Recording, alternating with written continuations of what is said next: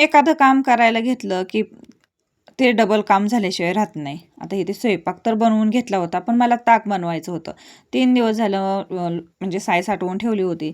आता त्याचा वास येण्या अगोदर म्हटलं हे लोणी करून घ्यावं याचं.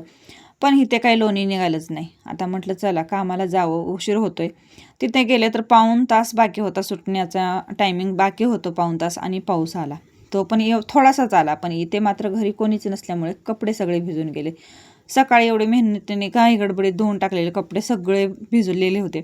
घरामध्ये आल्यानंतर ना पहिलं काम ते लागलं, ते म्हणजे कपडे सगळे आणून सुकवायचे. बारीक पाऊस यायला पाठीमागे चालूच होता. म्हटलं आता हे सगळं ठेवून व्यवस्थित करावं आणि मग नंतर जेवावं. आता रोजचा टायमिंग झाल्यासारखं झालं होतं, म्हणजे कामान सुटून आल्यानंतर ना जसं जेवायला बसतो तसंच टायमिंग झालं होतं. पण म्हटलं आता हे हातात काम आहे ते पहिला करून घ्यावं. आता इथे सगळं फ्रेश वगैरे झाले होते, पण ह्या मनी मॅवला मात्र घरी कोणी नसल्यामुळे की नाही खायलाच भेटलं नव्हतं.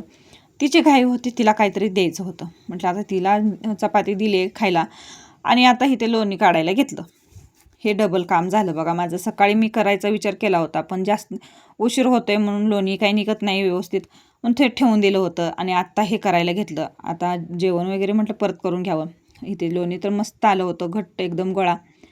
आता हे काढून घ्यायचं होतं मला, आणि पण धग इतकी असल्यामुळे की नाही जसं हे लोणी काढून मी डब्यामध्ये ठेवत होते, तर 3 दिवसाच्या साईजचं एवढं लोणी निघाले बघा डबा भरून.